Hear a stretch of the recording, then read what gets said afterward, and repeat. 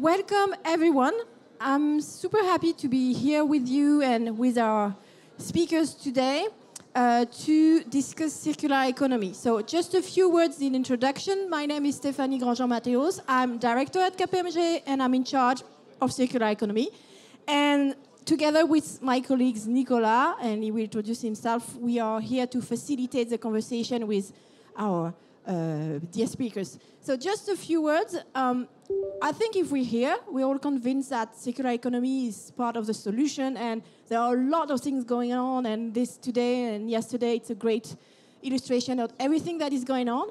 And yet, at the same time, it seems that we are not going fast enough, and we need to accelerate. So I don't know if you've read the latest report from the EU, and we need to go faster. And if it was easy, we would already have done it. So there are certain challenges in transitioning to the circular economy. When we have conversation with our clients, they tell us, okay, but how is it relevant for me, for my specific business? They tell us, but it's really complex and it's really systemic. I need to involve a lot of people. And the third dimension is, okay, but how do I make it stand in terms of business and in terms of business model? And sometimes my bank, they are not really convinced, so I have trouble financing that. And this is what we want to discuss, and this is a conversation we want to have today. The circular business model, how do we make it work? How do we make it a success? Because we're convinced that it's really crucial for the transition. So we have what we have done is that we have gathered people from different perspectives with different insights so that we can have a look at it from different point of view. So please, Nicola, would you like to introduce yourself and the first speaker? Good morning, good afternoon, everyone. I'm Nicolas Jourdain, working at KPMG. I'm in charge of the circular economy advisory in the region Europe, Middle East, and Africa. And we are really pleased to have a nice panel today. Very exciting topic indeed. And we have Guillaume Chesneau, starting with Guillaume. Guillaume Chesneau is the CEO of Nespresso France. So thank you, Guillaume, for being there today and talk about circular economy. So everybody knows Nespresso, but there are a couple of, I think, of figures that are interesting to know. So the company is almost 35 years old, I think. 800 boutiques. 13,000 coffee specialists around the world, 13 billion capsules produced yearly. You are working with 140,000 farmers, small farmers, to produce your coffee, your high-quality coffee. B Corp certified since a year. And what we don't know is that you are also producing or co-producing millions of coffee machines every year. And circularity has been at the heart of your business model, I would say. So profitability is not a question for Nespresso. It's a highly profitable business. But circular economy has been there since long time on the aluminium topic.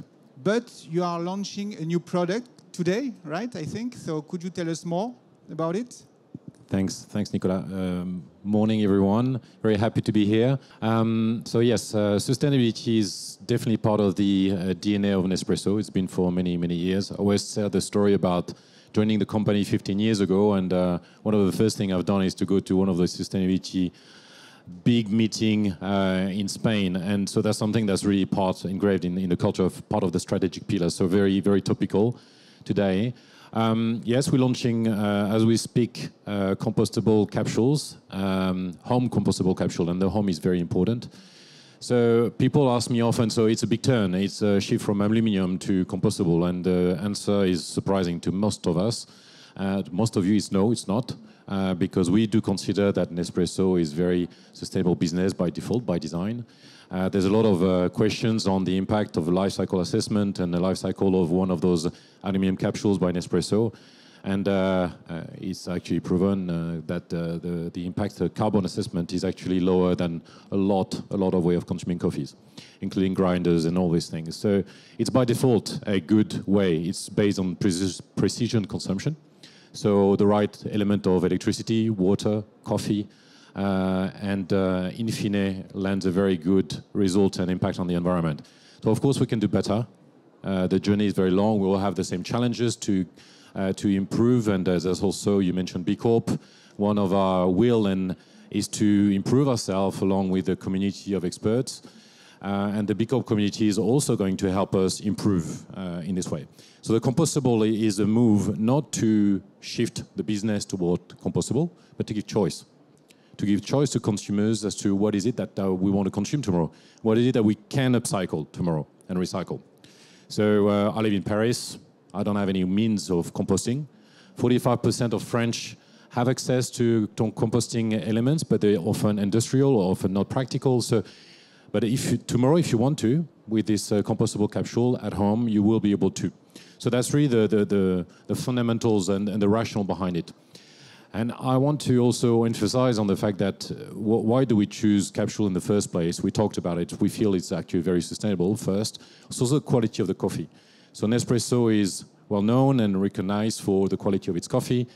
And being in a capsule, in airtight capsules, also allows the capsule not to be oxidized. And there was an enormous amount of research, development to actually come up with this product. I should have brought one today, but this capsule compostable, it's open to degustation in every single Nespresso boutique for the month of May.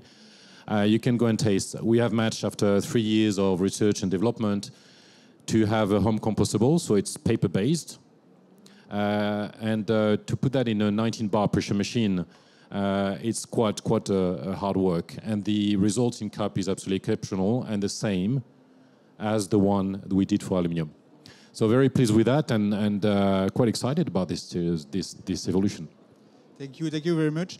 So capsule, okay, but I talked about machine as well. So millions of coffee machines are produced worldwide for your clients. And recently you launched as well a circular business model for machines as well. Could you tell us more about this? Yes. So the code name for this project is Reloved. We are very clear about the fact that first we need to design eco machines. So our machines are all very small. They use a lot of recycled elements. They use the right amount of energy and all these elements. But yet we know that tomorrow, extremely important it will be to be able to recycle machines. We do already, once they're out of their life, but also being able to repair them more. So when we need to repair, that means that we launch this program, and we have launched in 2021 a program to test. So we do everything locally in France, but thanks to the benefit of the pilot program in France and the success of it, we're actually launching this internationally. Beyond France, with the idea of centralizing the refurbishment of these machines at a central point and use them actually as a normal SKU that every market around the world will be able to order and utilize. So the model is not final. We haven't, we learn walking. We want to move, and that's the willingness of the business. We want to learn by doing, and this is one aspect of it. Very proud with this, and we know the demand is there. And I think there's a lot of value in doing this, and really hopefully will work out as well. Thank you. Last question for you, Guillaume, today. So we talked about profitability and business models. Which kind of advices you could give to smaller companies? We've got startups here, but we've got mid-sized companies as well who want to embrace the circular economy models.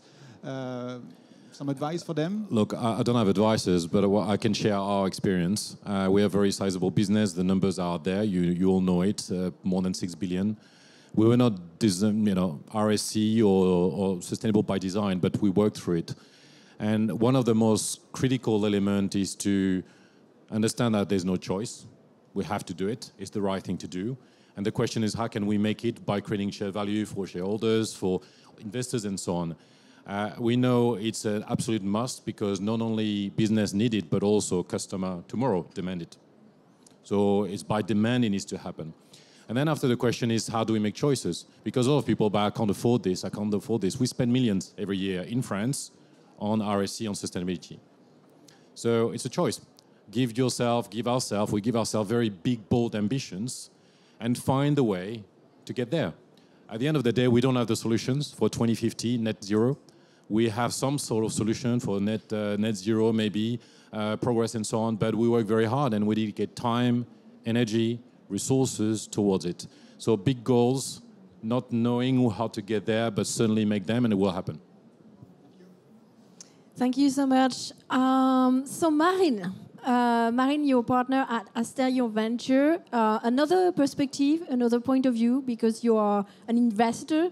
So maybe can you tell us first what you do at Asterion, and then I have a few other questions. Yeah, sure. Morning, everyone. Thanks for having us today, KPMG. So, yeah, Asterion is a impact fund that invests into pre-seed and seed startups that are trying to tackle the challenges we are already facing and continue to face in the next years. We are structured around deal-by-deal activity, so that helps us to gather a very diversified community of business angels coming from tech startups, family offices, corporate companies, and they helped those first-time founders to tackle those very difficult challenges we are trying to solve. Okay, and around circular economy, what do you see and how do you address those topics? Well, the first thing I see is that we usually define, circular economy often refers to the second-hand market in most minds. And the thing is that it's way broader, and we observe, as Asterion, we see thousands of new startups and opportunities every year. We see a lot of new trends, and we see that circular economy, it's also about refurbishing, about recycling, about shared economy or shared services. It's about many activities that goes way far beyond the second-hand market. And what we see as well, and Guillaume was sharing that, is sometimes the business model of those new activities is not very easy. Maybe it's a jump in the unknown. So how do you address that, and what is your way of analyzing and evaluating those new business that are coming on the market? So it's not that easy to have some generality about it, but maybe an example. If we talk about the marketplaces in the second-hand market, we've observed, you've probably seen articles about it, that it's quite difficult to reach a virtuous financial way of working, because they take a small piece of the transaction. They have a huge cost of acquisitions.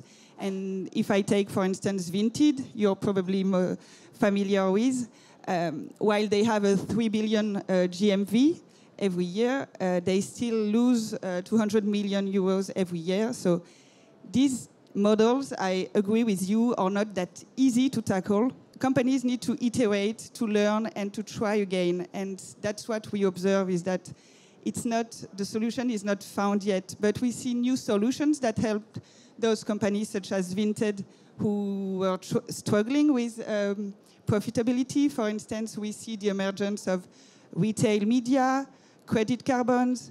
We see the help of the government, for instance, with the avec law, which is something that helps those new opportunities. So, and also, I strongly believe we need to gather large corporates with startups. They need to cooperate.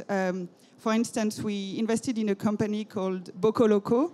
They work on how brands, large brands, are trying to reuse packaging items.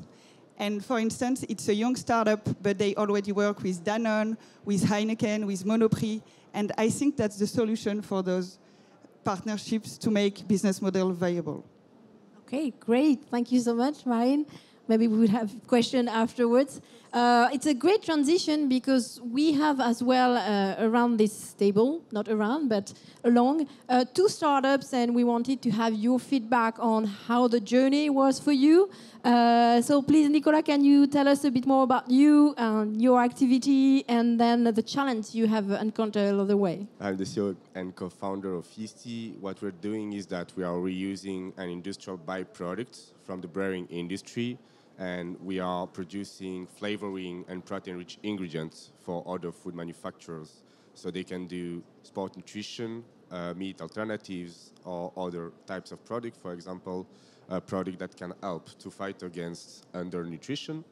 And we are based on circular economy as we are reusing these byproducts, but we also have other ways of having less impact. Our mission is to produce a more sustainable protein for the planet and also produce more affordable protein.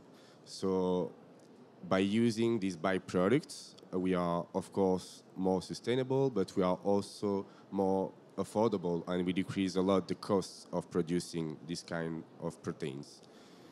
Then, of course, we have a lot of challenges, new challenges next to the classic food manufacturers, like the location, a new way of partnering with this kind of partners, a new way of contracting with that types of partners. And that's a huge challenge, but we find the right solution to convince them. First, for the breweries, we are improving their waste management, simplifying this issue. We are also decreasing the costs of these treatments with the water treatment plants. And we can also offer them a good way to communicate around their business with positive communication and decrease their impacts. For the food manufacturers, we are offering a product that is a lot more rich in terms of nutrition than the other plant-based proteins, also a flavoring ingredient, and that's a very new way of introducing plant-based protein in the end products. And where are you in your journey, and maybe how did you find those partners to help you in terms on financing or those kind of things? Yeah. We started 3 years ago by developing a new technology to debitter these yeasts, and we succeed in that R&D project. So then we launched the company, and here in 2021, we were searching for investors, and we had the chance to find Asterion, Sadgana, and other investors that believe in the circular economy and in this new way of producing. And so that's our major and most important partner with the breweries, of course. We are also working a lot with universities and lab researchers, and AgroParisTech and Genopol are our main partners with Asterion and these breweries. Okay, great. Can you pass the ball to your neighbor? So please introduce yourself and tell us a bit more about Urbyn. Please, Julien. Hello, everyone. My name is Julien Hamilius. I'm co-founder and president of Urbyn. And what we do, we are a waste management platform for businesses, for big corporates. And we help them to identify and setting up recycling and upcycling programs by connecting them with the best haulers and recycling professionals in France and soon in Europe. And then we have developed also software to monitor all the waste streams, all the analytics to be sure that you have a good recycling rate, and also to monitor all the costs related to waste management programs. And the goal is to increase the recycling rates of the big companies and also to optimize the cost of waste management. And we have created a company like 4 years ago now with the mission of accelerating the transition to circular economy. And this is the motivation, the main DNA of the company. And then to have a bigger impact, we need to grow and to find customers. So we're in this process. We are growing, and we are just finishing to raise money with Asterion.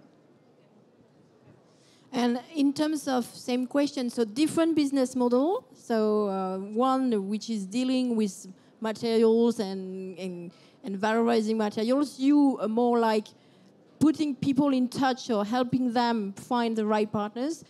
Same question in terms of how hard or how easy was it at first and now to explain your activity, find partners, not only financial. So how is the journey? Yes, so as a startup, how do you get money? First from customers, because you're selling products. So the first thing is to get money from customers. And we have 2 business models. The first one is to invoice fees, which are flat fees, depending on the number of sites and the number of waste. And this is kind of a subscription business for our clients. And we are succeeding to invoice this kind of fees. And the other business model is taking a cut on the transaction we do for our customers. So we take a percentage of the waste management invoice. And so the main challenge for the customer part is to go out of the reducing cost way of thinking. So this is really hard. Like for corporates, be ready to pay more for more sustainability, and this is kind of hard to get that today. So we are talking with like big corporate and like Comex, Exco, and it's really hard to get out of, okay, you want to do more sustainability, but are you ready to pay more? And this is the main struggle. And so we try to align the cost optimization with the improving rate of recycling. Sometimes it works, sometimes it doesn't work. And yeah, there is a kind of fight, internal fight in the big corporation between CSR and, for example, procurement. This is the classic battle for us. And yeah, things are getting to change, but really slowly. And we also have the help of some regulation laws that are, for example, are making the cost treatment of non-recycling waste upper each year. It's called the TGAP in France. And this is a good thing, but still slow. So yeah, these are the main challenge for us. The corporates have to accept to pay more for more sustainability. And the other part, so as a startup, is getting finance from investors, like Asterion or banks. I would say this way is easier because at least in France, we have a good ecosystem. I think funding, investors are starting to understand impact. And this is great. Today, you have in this event, you have a lot of different investors. So this is great. And also in terms of grants, subventions, BP France, for example, it helps us very much. So and it's good because you have this finance to the time to convert your clients to pay more for more sustainability. This is where we are today, and we are very close to profitability. We were profitable, and we invest a lot for the growth, but we're confident in the future. Great. It's good to see that you are optimistic about it and there are some positive trends. Okay, Pierre-Emmanuel, so you have several jobs in your life, but one of them is Director of Circular Economy at Manutan. So can you tell us a bit more about that, where it comes from and the history of that? Thank you very much for the invitation. We can't see you very well because we have the spot in the light, so if you have any questions, please raise your hands. So Manutan, for those who don't know, is one of the largest B2B distributor in Europe, 17 countries. So basically, we distribute office supply, warehouse supplies. A lot of lead buyers in huge corporations buy everything you use at the office every day. So basically, this is a product we sell. So if we want to be credible, realistic, true, honest with our consumers about a transition towards net carbon neutral 2050 and so on, we need to implement circular economy, because this is the only way, or one of the major ways, to reduce our CO2 emissions and, of course, our pressure on the resources. So we do two things for that. First, we work a lot on the product we sell. So it's what we call the responsible offer. So we try to find as much as possible refurbished products, second-hand products, eco-conscious products. So this is for us at least 25% of recycled materials. So today, for example, for France, this is 14% of the turnover. This is the beginning, and a team is fighting every day to, I would say, increase this range. This is 80,000 products in our portfolio today. And the second thing is to sell services. As you know, circular economy is about selling services as products, transitioning towards selling only new products toward more services. And this is why the company I co-founded 6 years ago, called ZAC, was acquired last year. So the company I co-founded, we collect used electronic products into companies and local authorities, and we give the best second life for these products. So this is about refurbishment, donation to charities, and recycling. You have to know that 80% of the numerical footprint of companies is directly linked to what we use. So it's computers, laptops, and so on. So if you want to reduce concretely and quite easily your carbon footprint. You want to begin somewhere. You give a second life to the products that you don't use anymore in your company. And we are expanding the services towards other line of products. Maybe tomorrow we're going to sell the We Love machine from Nespresso. I hope so. This is why ChangeNOW is here, to make some connections. But the idea is to work on these two axes to reduce concretely our carbon footprint. And how was let's say the connection between Manutan and DAC and two very different business models and two ways maybe of doing things, two ways of approaching things? So how was the marriage? So what is cool that it was absolutely different. Okay. The business models are totally different. When you sell a product, you source a product, you make a margin out of it. And our business model is very different. For example, because we resell a lot of products, we take a commissions on the product we resold. So for example, to be very pragmatic, when you make a quotation, the quotation is always under the final turnover. So try to explain that to a distributor. It's very different. The margin, for example, the broad margin, when you talk to a distributor, the broad margin is very important.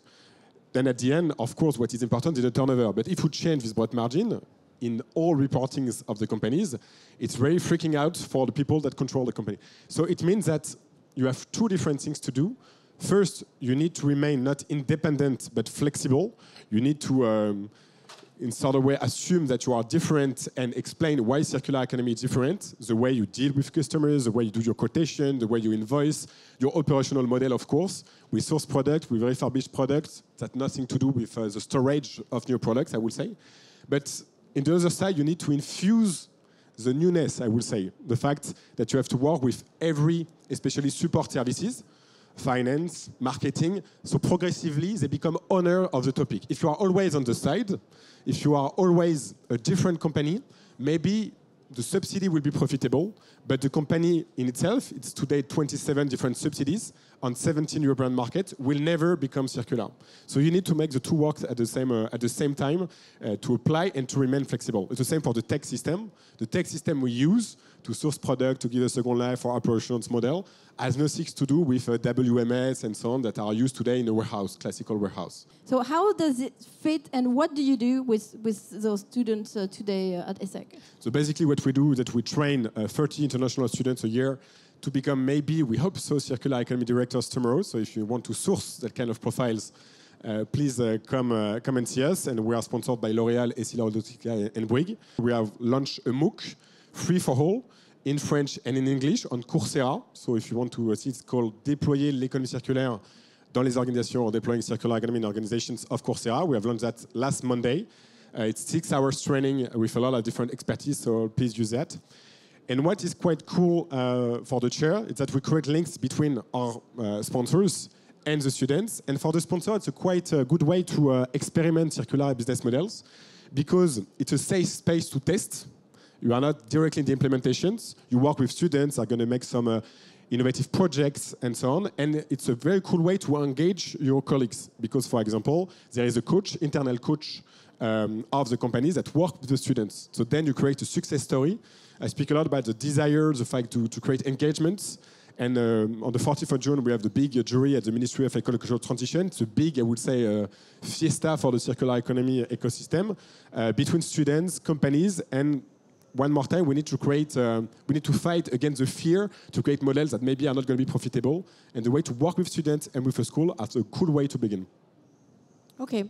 And what kind of advice would you give to companies, small, big? What have you learned on the journey?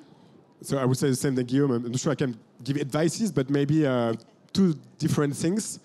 The first one is that you need to implement circular economy in your business model. If you do something on the side, it's going to be a cool project, innovative project. You're going to talk a lot about that in your plenary sessions with your colleagues, but it will never change your own economical model. So in my subsidy, we have a business plan. We need to be profitable. We have a quarter business review. If we don't have the right figures, we are punished and so on. And the second one is to adapt your pitch about circular economy to all different departments. If you talk to somebody in the warehouses, you're going to talk about specific indicators. I don't know, efficiency, reduction. If you talk to the marketing, you're going to talk about retention thanks to new circular economy services.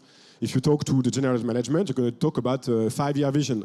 But it's not the same indicators, the same KPIs, and everybody has a job, has objectives, has a roadmap, and you need to implement circular economy in these roadmaps. You will never change your company by a circular economy department. This is my belief. Okay, great.